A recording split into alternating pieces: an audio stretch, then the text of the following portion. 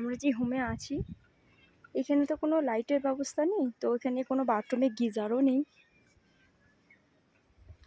এখানেই 9টা অবধি last light থাকে, তারপরে সোলার সিস্টেমে হয়তো কিছু একটা লাইট কোনোভাবে এরা কানেকশান করে দিয়েছে।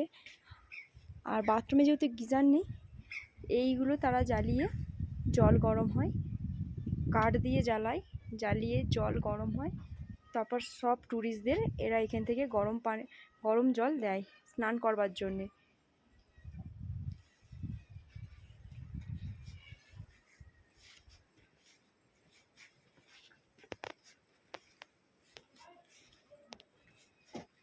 ও ওই তেল দিয়ে তার মানে কিছু একটা জেনারেটরের মতো চালায়, 2-3 ঘন্টা লাইট জ্বলে, তারপর বাকিটা সোলার সিস্টেমে।